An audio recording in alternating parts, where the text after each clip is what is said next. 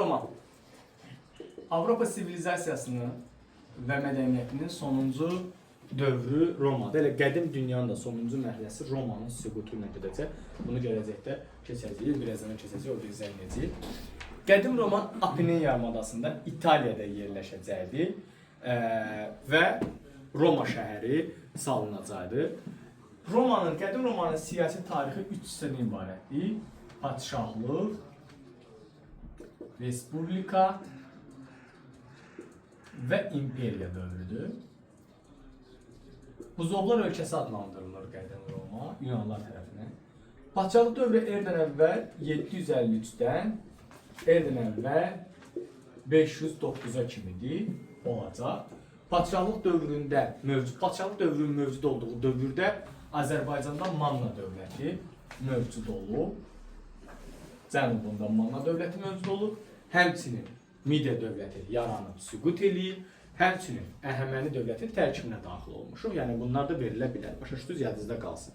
Yəni bunlarla hardasa verilir. Çünki bəzən olur Romada padşahlıq dövrünə uyğun gələn hadisə. Yəni Azərbaycanda bir daha deyirəm, Manna dövlətinin mövcudluğu, Midiya dövlətinin yaranması, süqutu və Azərbaycan Midiya tərkibində olması, Əhəməninin yaranması və Azərbaycanın işğal edilməsi. Başa düşdünüz? Bu forma verilir. Sonra Respublika dövrü erdən əvvəl 509, erdən əvvəl 27, İmper dövrü isə erdən əvvəl 27, bizim eranın 395-ci ilə kimi gələcək. Romada, Yunanistanda olduğu kimi əhali iki hissəyə bölünürdü. Elə padşahlıq dövründən bölünürdü. Patrisilər və plebeylər. Patrisilər erdən əvvəl 753-də Roma şəhərini salanlardı. Etrusklardı. Romanın yerli sakinidir. Bunlar Roma şəhərini salıblar, burada yaşayıblar və varlı təbəqəni nümayəndə edilər. Bütün hakimiyyət bunların əlindədir, torpaq bunların əlindədir, hər şey bunların əlindədir, siyasi vəzifələr bunların əlindədir. Və onlar Roma şəhərini salanlardı, Etruslar idi, davamsızları Patrisalar. Plebeylər isə Romaya sonradan köçən insanlardır. Sonradan köçənlərdir. Heç bir hüququ yoxdur. Ancaq orduda xidmət edirlər və patrislərin torpaqlarını əkib becərmək işini görür. Başqa heç bir şey yox. Başa düşdünüz? Bura qədər problemimiz yoxdur. Hər şey qaydasında? Tamam. Lakin erdən əvvəl 509-cu ildə Romada padşahlıq dövrü başa çatacaqdı və respublika yaranacaqdı. Romada patrislərin özü Ağsaqqallar Şurası adlanır. Ağsaqqallar Şurası Senat adlandırılacaq. Padşahlıq dövründə Senat içindən bir nəfəri seçirdi və onu nə adlandırırdı? Padşah. İndi bütün hakimiyyət kimin əlində olurdu? Padşahın. Amma irsən keçmirdi. Varlılar öz içindən bir nəfərini seçir. Deyək ki, birini seçdi qulunu, düzdür? Qulu seçildi, bir aydan sonra hər hansı bir döyüşdə ölür, yenə tezdən senat yığılır, fərdi seçir hakimiyyət. Başa düşdünüz əlimizdə? İrsən keçməyəcək. Amma respublikada tam fərqli olacaqdır. Respublika sözünün mənası xalqın hakimiyyəti deməkdir, xalqın seçdiyi hakimiyyət deməkdir. Amma burada fərqli bir şeydir. Burada yenə senat olacaqdır. Senat olur. Senat burada ancaq kimlərdən toplanırdı? Varlılardan. Varlılar kimlər idi? Patrislər. Senat bu respublika dövründə maliyyə, müharibə, sülh məsələlərinə baxırdı. Yəni bunlara baxırdı. Sonra respublika dövründə konsul vəzifəsi yaradılacaqdı. Konsul vəzifəsi Romanı idarə edən şəxs. Yəni kimlərdən seçiləcəkdi? Varlılardan seçiləcəkdi və idarə edirdi. Romanı həm müharibə dövründə, həm sülh dövründə idarə edəcək. Amma yenə də irsən keçməyəcəkdi. Növbə, yəni yığıncaq əsasında. Sonra bu dövrdə bir də xat yığıncağı var idi. Xat yığıncağını indi birazdan deyəcək. 509-dan başlayaraq patrisi və plebey mübarizəsi başlayır. Plebeylər nə istəyəcəkdilər? Torpaq, vəzifə tutmaq, idarə etmədə iştirak etməmək istəyəcəkdilər. Və necə? Demosun istədiyi kimi, yəni kasıb təbəqənin istədiyi standart. Bu mübarizə 509-dan 509-da erdən əvvəl 3-cü əsrə kimi davam edir. Və bu mübarizədə erdən əvvəl 5-ci əsrdə plebeylərin hüquqlarını qoruyan xalq tribunu gəlir, yaranır. Kimlərdən ibarətdir ancaq? Plebeylərdən ibarət. Deyək ki, senat plebeylərin əleyhinə qanun çıxadır, xalq tribunu yığılır, senatın çıxartdığı qanuna veto qoyur. Olmaz. Çünki niyə? Kimin maraqlarına ziddir? Plebeylər maraqlarına ziddir olacaq. Xalq tribunu öldürmək çox böyük cinayət. Toxunulmaz şəxsi. Xalq tribununda adətən plebeylər içərisindən çıxan varlılardan seçilir. Başa düşdünüz? Yəni kasıblar da vardı, amma ən çox kimlər olacaqdı? Varlıdır. Kasıbın heç bir gəlir mənbəyi yoxdur. Nə işi var? Bütün günü getsə xalq tribununda 30 və çörək kim qazanacaq? Ona görə. Sonra eradan əvvəl, bunu diqqətlə baxırsınız. 3-cü əsrin birinci yarısında qərar verir ki, Roma Respublikasında hamı, həm patris, həm plebey bərabərdir. Qanun qarşısında hamı bərabərdir. 3-cü əsrin ikinci yarısında isə plebeylərə vətəndaşlıq, yəni kişilərə, bir də vəzifə tutmaq hüququ verəcək. Yox, senat. Yəni bütün varlılar məcbur qalıb güzəşdirəcək. Baxın, 3-cü əsrdə vəzifə və vətəndaşlıq. İndi plebeylərə vətəndaşlıq hüququnun verilməsi Yunanistanda Demosun 6-cı əsrdən oxşar cəhətdir. Solondan bilirsiniz. Vəzifə tutmaq hüququ isə Perikldan oxşar cəhətdir. Eradan əvvəl 5-ci əsrdən oxşar cəhətdir. Yəni bu 3-cü əsri vətəndaşlıq yazsa Yunanistan 6-cı əsrdən oxşar cəhət edirəm. Vəzifə tutmaq yazsa 5-ci əsrdən oxşar cəhət edirəm. Bunları indi yazırıq, çəkirik. Bunları siz vərəqdə qeyd edirsiniz. İndi gələk nəyə? Amma plebeylərə vəzifə tutmaq hüququ verilsə də, plebeylər vəzifə tuta bilmirdilər, tutmaq istəmirdilər. Bilirsiniz niyə tutmaq istəmirdilər? Maaş verməyəcəkdilər. Başa düşdünüz? Yəni, məsəl üçün Leyla deyək ki, əkinçidir. İcazə verir ki, plebeylə vəzifə tutsun, düzdür? Leyla, hə, yaxşı, mən getdim konsul vəzifəsi. Maaş yoxdur axı. Bunun ailəsinə kim baxacaq? Buna kim çörək verəcək? Buna kim pul verəcək? Bildirə demək istəyirəm. Ona görə yenə vəzifəni ancaq kimlər tuturdu? Patrislər, varlılar tutacaq. Ona görə də Roma Respublikası bu xüsusiyyətinə görə zədəcan və ya aristokrat respublikası adlandırılacaq. Yəni respublika xalq hakimiyyəti olsa da ancaq kimlərin hakimiyyəti idi? Zədəcanların, varlıların hakimiyyəti. Bildin nə demək istəyirəm? Məsələn, burada məndən misal edəcəm. Mən hər bir fikrə açığam, hər bir etirazınızı açığam, hər bir etirazınızı açığam sadəcə olaraq. Başa düşdünüz? Qəbul edəmirəm. Bax, bu onun kimidir. Yəni, plebeylə deyir ki, gəl otur, gəl, presto buradadır, gəl qardaş. Amma plebey də getmirəm. Niyə getmir? Çünki maaş verir. Otur, özün bilərsən. Sən özün oturmadın, bax, mən heç də demədim. Sən özün oturmadın. Mən özüm oturaram sənəcə. Məsələ burada, bax, buyurdu. Ona görə zədəcan respublikası və aristokrat respublikası olacaq. Başa düşdünüz? Patris plebey mübarizəsinin budur. İndi Romada eradan əvvəl 5-ci əsr tarixinə baxdığımızda, Roma qanunları qəbul ediləcək. 12 lövhə qanunu. Müasir dövrdə də bu qanunlar hələ də keçərlidir. Nədir bu qanunlar? Hamı qanun qarşısında bərabərdir. Heç kimin cinayəti sübut olunmayana qədər günahsız sayılır və hamı özünü müdafiə eləyəcək şeydə olmalıdır, hüquqda olmalıdır. Bugün ən qatı cinayətkar belə özünü müdafiə eləməlidir və ona dövlət hüquqşünas verir. Başa düşdünüz ki, özünü müdafiə edir. Bax, bu Romadan qalma sistemi. Roma 4-cü əsr tarixi elə bir şey yoxdur. Eradan əvvəl 5-ci əsrə bax, 3-cü əsrə baxdığımızda 3-cü əsr dedi ki, Roma Respublikasında nəyə başa çatdıram? Patrisi, plebey mübarizəsi. Kimin qələbəsinə başa çatdı? Plebeylər. Yox. Plebeylər istədiyini alır. Amma özün seçimidir artıq. Başa plebeylərin qələbəsinə başa çatdı. Bundan sonra eradan əvvəl 3-cü əsrdə bütün İtaliya fəth olunacaq. Bütün İtaliya fəth olunacaq. Həm də burada bir dənə bunda deyək, patrislər güzəşt eləmə səbəbi plebeylər dedi biz orada xidmət eləmirik. Ondan qorxdular, geri addım atdılar. Ona görə olacaq. Başa düşdünüz yazısı. Bütün İtaliya fəth olunacaq. Sonra 3-cü əsrdə Roma Pun müharibəsi başlayacaq. Pun müharibəsi başlayacaq. Roma bildiyimiz kimi belə deyək də, bu əyalətdə yerləşir. Yəni burada yerləşir. İtaliyada 4-dür. Bu da müasir dövrdəki Tunisdir, Karfagendir. Hər ikisi Aralıq dənizində hegemon olmaq, ticarət yollarına nəzarət eləmək uğrunda və bir də Siciliya sahilinə Korsika uğrunda mübarizə. Əvvəlki dərslimizdə biz keçirdik, indi sizə keçməyəcək çıxarılıb. Pun müharibəsi 3 mərhələdə ibarətdir, amma indi yoxdur. İndi ancaq hələ bir dənə başlanması və bitməsini verir.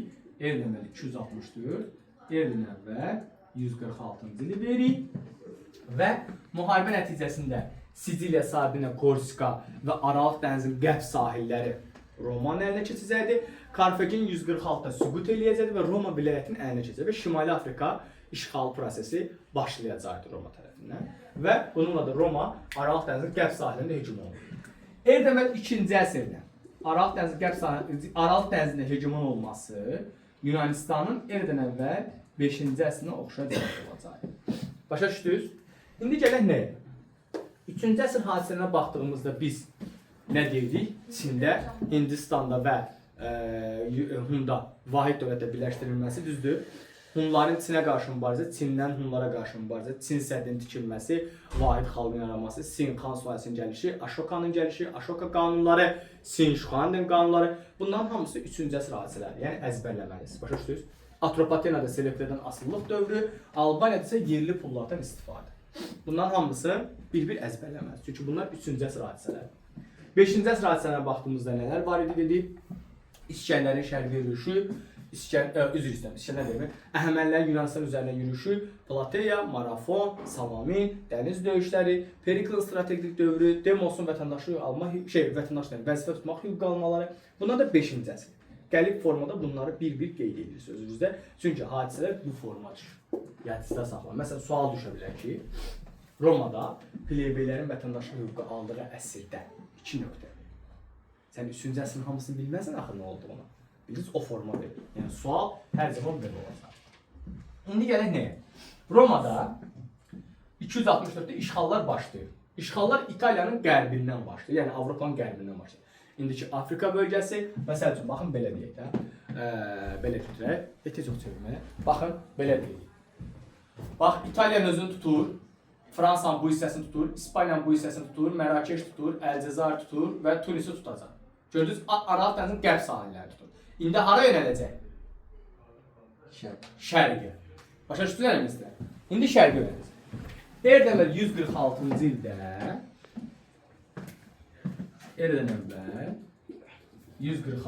ildə Makedoniya, Yunanistan fəth olunacaq və Aralıq dənizinin şərq sahilləri birləşdiriləcək. Plus erdən əvvəl 190-da bax, necə döyüş olur Selevkilərlə bilirsiniz, Azərbaycan tarixinə keçmişik və orada da Selevkiləri məğlub edib işğal edəcək. Yəni, tutar məğlub edəcək və Selevkiyə parçalanacaq. Bu 2-ci əsrdə Romanın Respublikasının xarici siyasəti. Başa düşdünüz? İlk isə Roma Respublikasının daxili siyasəti. Uşaqlar, Romada bildiyimiz plebeylər kəndlərdən ibarət, düzdür? Kəndlər orada xidmət edir. Amma Romada işğalların genişlənməsi, Romada qulların sayının gəlməsi, artmasına səbəb olacaq. Deyək ki, mən kəndliyəm. Mən nə ilə dolanıram? Əkinçiliklə. Yəni, əkirəm torpağı, becərdim, məhsul götürdüm, onu çıxartdım, bazarda nə elədim? Satdım. Əldə elədiyim pulu da gedirəm, paltar alırdım, silah alırdım, harada xidmət edirdim? Orduda xidmət edirdim. Başa düşdünüz? Bura qədər problem yoxdur. Kəndli mənəm. Deyək ki, Leyla sənətkardır. Yenə ayaqqabı düzəldir, pul xərcləyir, parça alır, ayaqqabı düzəldir, nə edir? Satır və oradan dolanır. Düzdür? Amma qulu müəlli varlıdır, dəyişdir. Deyək ki, qulu varlıdır, çox var. Romada işğallar var. Deyək ki, Yunanlardan. Yəni, kim deyil? Hə, deyək ki, məsəl üçün, Hikməti, Nihadə, Abdullahın, Emini Yunanistanın qul kimi gətirirlər. Düzdür? Qul bazarları var. Qulu gedir, pulunu verir. Bu qulları alır. Hikmətə sual verir. Hikmət, sənin əlindən nə gəlir? Hikmət deyir ki, məsələn, mən ayaqqabı düzəldim. Niyada sual verir. Niyad, sənin əlindən nə gəlir? Deyir, mən əkinçiyəm. Qulun da çoxlu torpaq sahələri var axı. Bildiniz? Qulun çoxlu torpaq sahələri var. O torpaq sahələri kimləri yönəldir? Kimlərə yönəldəcək? Qulları yönəldəcək. İndi qulu Nihatın əməyindən, Hikmətin əməyindən istifadə edib nə əldə edəcəkdir? Məhsul, ayaqqabı falan. Sizcə qulunun mənim bazarda və Leylanın bazarda satdığı məhsula ehtiyacı var idi? Xeyr. Çünki ondan hamısı pulsuz nə edir? Əldə edir. Və bir də pul verib almır. Bax, Romada agrar məsələ bundan kəskinləşəcək. İndi bunu toplayaq bir yerə. Dağıtdıq. Başa düşdünüz də burada misalları teatr formada elədik, düzdür? İndi toplayırıq. Agrar məsələ kəskinləşir.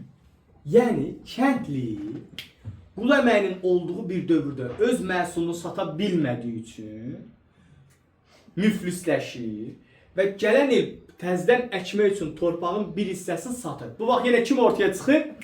Qul müəllim. O torpağı nə edir? Alır. Və kəndli torpağı azaldıqca nəyə azalacaqdı? Məhsulu.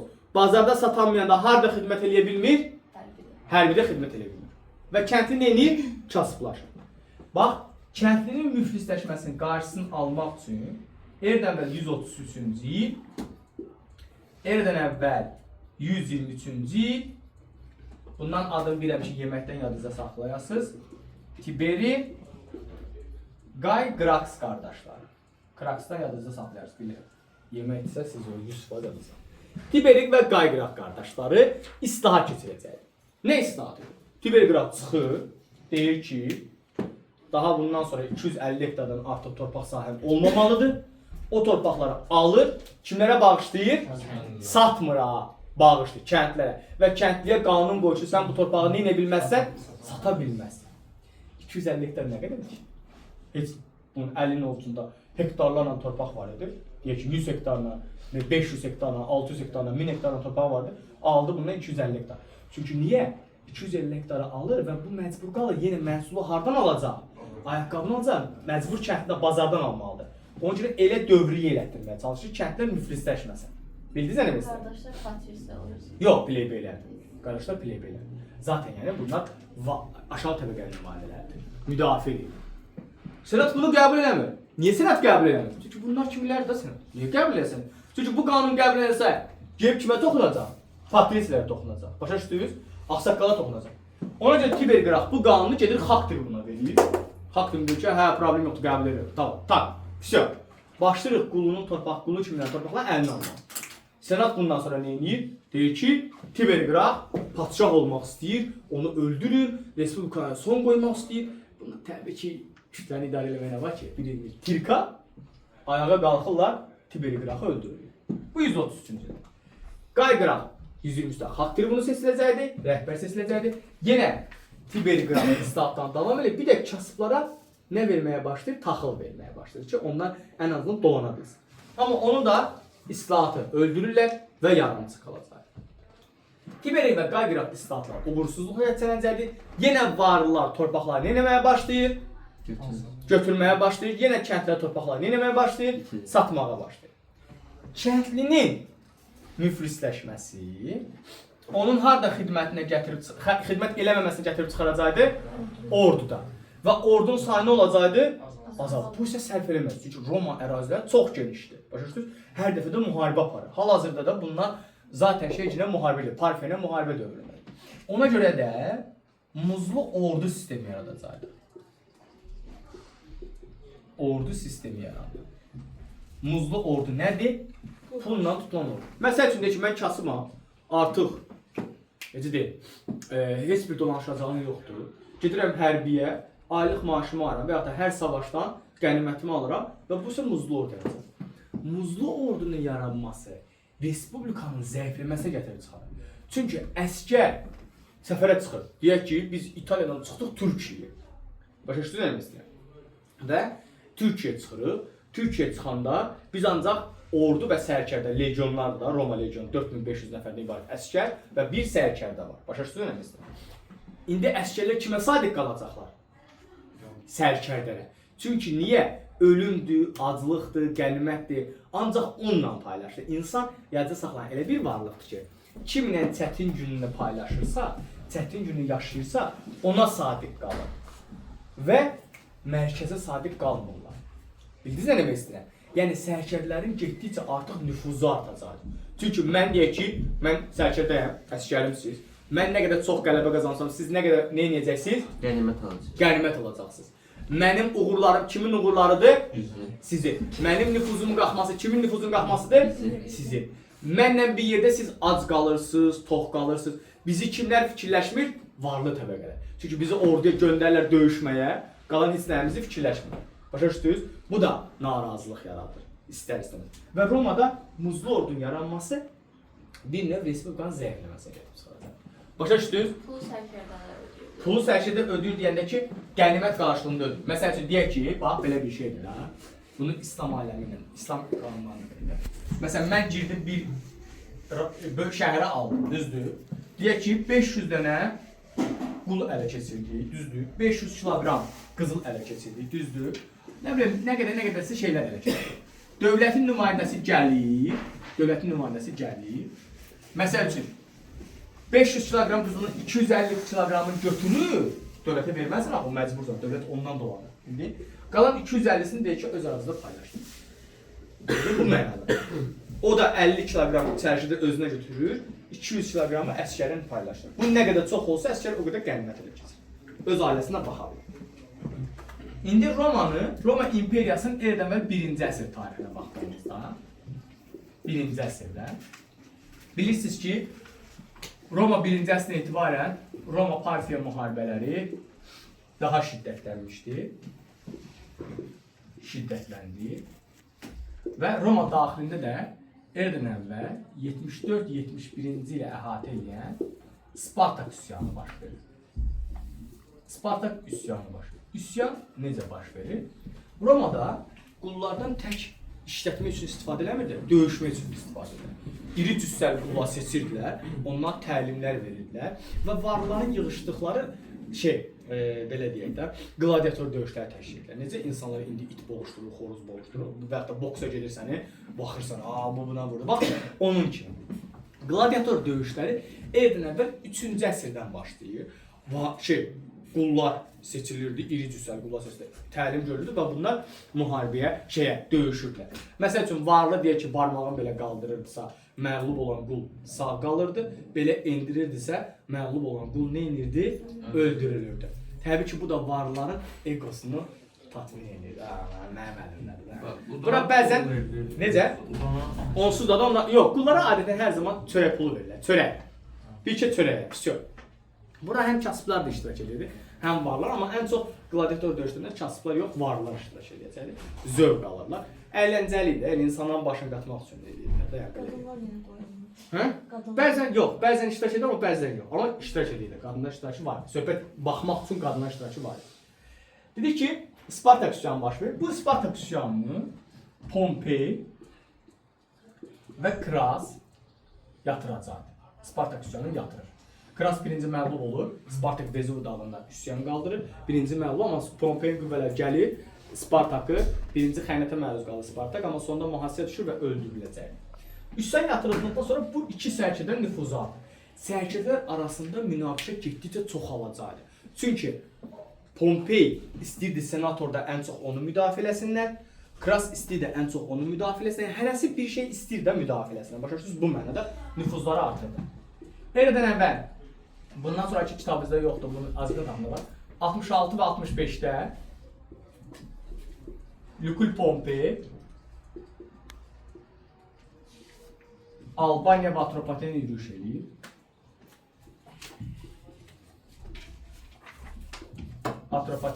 eləyir. Bilirsiniz, yürüyüşdə Atropatena asla salacaqdır, Albaniyanın kürqanlıq döyüşləri olacaqdır, qələbə qazansa da geri çəkiləcək. Yadınızda. Eradan əvvəl 53-cü ildə Karra döyüşü olacaqdı. Karra döyüşündə Kras öldürüləcəkdi və Parfiya Atropatena qüvvələri qələbə qazanacaq. Bu vaxt Roma tarixinin ən görkəmli nümayəndələrindən biri Julius Sezar ortaya çıxacaq. Sezar Qalliyanın indiki Fransa ərazisindən konsul təyin edilmişdi. Yəni vali, vilayət başçısı, canişin kimi təyin ediləcəkdi. Sezar birinci ora təyin ediləndə Qalliyanın cənubunu ancaq Romanın əlindədir. Amma Sezarın mükəmməl sərkərdəlik və dövlət idarəçiliyi belə deyək də, təcrübəsinə görə, təcrübəsindən sonra Qalliya tamamilə, Fransa tamamilə Romaya tabe edildi. Bu isə Sezarın nüfuzunu nə edəcəkdi? Qaldıracaq. Və Sezar bu nüfuzdan istifadə edib, Erdem'də 49-cu ildə tarixdə püş atılmışdır cümləsini işlədir. Həm böyük aforizmdir və yaxud da gəldim, gördüm, aldım və yaxud da Rubikon xətti. Yəni, bunlar hamısı Romadan qalma terminlərdir. Rubikon Romanın sərhəddidir, Şimali İtaliyada. Onu keçmək, silahla keçmək və icazəsiz keçmək Respublikaya qarşı qiyam idi. Və Rubikon xəttini keçərək Erdem'də 49-cu ildə qəfil, güclü yürüyüşlə və Pompeyin hazırlıqsız yaxalayaraq Romaya daxil olur. Romaya daxil olur. Və özünü ömürlük konsul elan edir. Erdem bəy 49-44-cü illərdə hakimiyyətdə olacaq. Bununla da Romada Erdem bəy 49-30-cu illəri əhatə edən vətəndaş müharibəsinin əsasını qoyacaq. Müharibəsinin əsasını qoyacaq. Pompey 49-44-cü ildə, özür dilərim, Julius Sezar 49-44-cü ildə özünü diktator kimi aparır. Biz buna hardan biri diktator kimi aparır? Yəni, monarx kimi, kral kimi aparır. Bir, özünün heykəllərini tanrıların heykəlinin yanında uzaldır. Bir dənə qəşəng heykəl düzəltdirir orada. Deyir, aparın qoyun tanrıların yanına. İkinci, öz adına pul kəsdirəcək. Təbii ki, bu Respublikasına xoşuna gəlməyəcək. Və o vaxt Julius Sezarın ən yaxın dostu, böyüdüb yetişdirdiyi özəlliyinə, hətta bu atalar sözünü eşitmişsiniz, sən nəmi Brutus sözü var. Ay sağ ol. Senatın iclasında Brutun rəhbərliyi altında Sezar öldürüləcək. Sezar öldürüldü.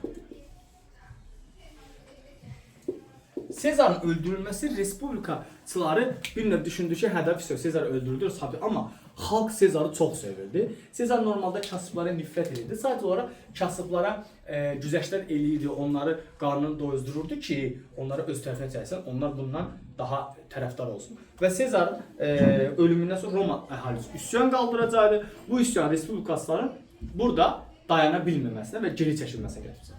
Bu vaxt Sezarın övladlığa götürdüyü iki şəxs var idi. Antoni, Octavian August. Bu iki şəxs öz Sezarın intiqamını almaq üçün respublikaçılara müharibə aparacaqdı və bu müharibədə respublikaçıları məğlub edəcək. Bu dövrdə artıq 1-ci əsrdə Suriya, Mesopotamiya artıq Roma tərəfini işğal etmişdir.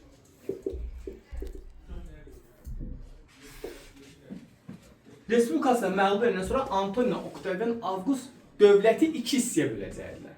Şərqini Antoni idarə edəcəkdi, oturacaqdı İskəndəriyə şəhərində. Kleopatranı eşitmişsiniz bəlkə də. August isə Romada oturacaqdı, qərbini idarə edəcəkdi. Bu da şərqini idarə edəcəkdi. Lakin Antoni ilə Octavian arasında münaqişə çox da sabitdir, çox da uzun qalmayacaqdı.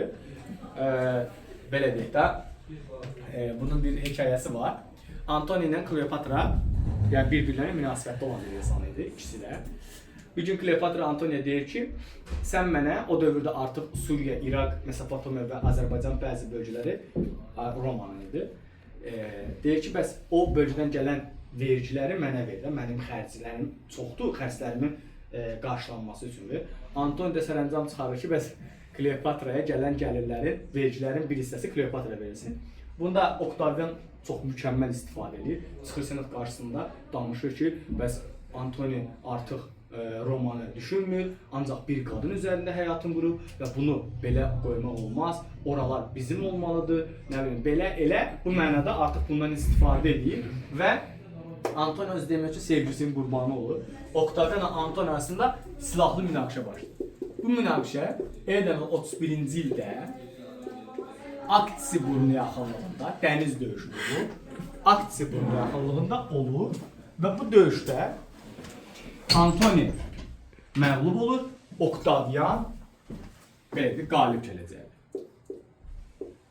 Octavian qələbə qazanır və eradan əvvəl 30-cu ildə Misir fəth olunacaq. Misiri işğal etmək İskəndər Əhəməni ilə oxşar cəhət olacaq Oktavian. Hə. Kleopatra ilə. Onlar elə bir Antoni özünü zəhərləyir, öldürür, Kleopatra da özünü zəhərləyir, öldürür. Elə olur. Ama eşitmiştim ki elini atırsın torbaya ilan dişleri. Elə də bir şey. Əslində belə deyək də, zəhəri necə deyim? Antoni anladı ki, sən zəhəri iç, o içir, bu içmir. Bu da düşünür ki, Oktavianla nəysə danışar, eləyər, canlı bağışlanır, amma həmin vaxtda elə ilan onda sancır, öldürür. Yəni o forma olur. 30-cu ildə Misir işğal edildi və bununla da Roma tamamilə bütün kimin hakimiyyəti altına keçərdi? Oktavian. Oktavian erdən əvvəl 27-ci ildə imperator titulu alır və beləliklə Roma imperiyası başlayır. İmperator titulu alması sizin şüxandına oxşar cəhətdir, onu da qeyd edirsiniz. Sonra erdən əvvəl 1-ci əsrdə Ariobarzanı hakimiyyətə gətirir Oktavian. Sonra erdən əvvəl 1-ci əsrdə Albaniya ilə münasibətləri normallaşdırır. Erdən əvvəl 1-ci əsrdə Parfiya ilə uğurlu müharibələr aparırdı. Bunların hamısı bir-bir qeyd edirsiniz. 1-ci əsrdə olacaq. İndi keçək bizim eran əvvəllərində. Bizim eran əvvəllərində Roma imperiyasının birinci daxili siyasətinə keçər. Artıq bu dövrdə quldarlıq getdikcə dağılmağa başlayırdı. Çünki bu dövrdə yeni texniki nailiyyətlər əldə edilmişdi. Su dərmanları idi, cavanlıq çotan idi, nə bilim, hər şey əldə edilirdi. Və bu vaxt, deyək ki, qulu, məsəl üçün yeni texnika alırdı. Mən də qulam. Mənim üçün maraqlı deyil, mənim öz mülküm deyil, axı başa düşdün. Qulu verib də, qulu qırılacaq, qulu gəlib məcbur alacaq. Və əməyə də marağım yox idi. Çünki mən nə qədər torpağa əkin becərəm, məhsul alım, mən yenə bir şey çörək yeyəcəm. Hamısı kimə satacaq? Quluya satacaq. Yəni ona görə də mən heç nə eləyə bilmirəm. Mənim onsuz da əməyə marağım yoxdur, eşidirəm cəhənnəm olsun da. Qoy materialdır, qırılsın, mənə nə var ya, alacaq da. Bu tip bir şey. Qulu görür ki, kəndli artıq qullar sayılmır da, bunlar bir növ kəndlərə çevrilməkdir də, feodalizm yaranır. Qulların əməyə marağını artırmaq lazım. Bu dövrdə erdən əvvəl bizim eran 2-ci, 3-cü əsrində kolonlar və daxmalı qullar yaranacaq. Daxmalı qullar kimlər idi? Qullara icazə verilir ev tikməyə, evlənməyə və torpağın bir hissəsi verilir qullara. Qullar o torpaqdan gələn gəlirin bir hissəsini kimə verirdilər? Quluya verəcək. Kolonlar isə daxmalı qullara nisbətən daha azad idilər. Ancaq belə deyək də, az bir hissəsini sahibkara verir, çox bir hissəsini məhsulu özündə saxlayır və bazara sata bilər. Amma daxmalı qulla kolon oxşar cəhətin məhsulun müəyyən bir hissəsini sahibkara verməkdir. Və beləliklə qulların əməyə marağı artır, bu qullar getdikcə azad olur və kəndlərə çevriləcək. Və bu isə quldarlıq quruluşun bir növ dağılmasını sürətləndirəcək. Amma burada məqsəd bunu eləməkdə əslində quldarlıq quruluşun dağılmasını qarşısı almaqdır, amma tərs bir effekt verir və quldarlıq quruluşu dağılmağa başlayır. Romada bizim eran əvvəlin 1-ci əsrində bilirsiniz, Domisian, İmperator Domisian harda? Qobustanda Qayoslu abidə adı qeyd olunur. Qayoslu abidə. Bizim eranın 2-ci əsrində Trayan imperator olur. Geniş işğalçı müharibələr aparır. Parfiyan paytaxtı Ktesionu hətta ələ keçirir, yandırır.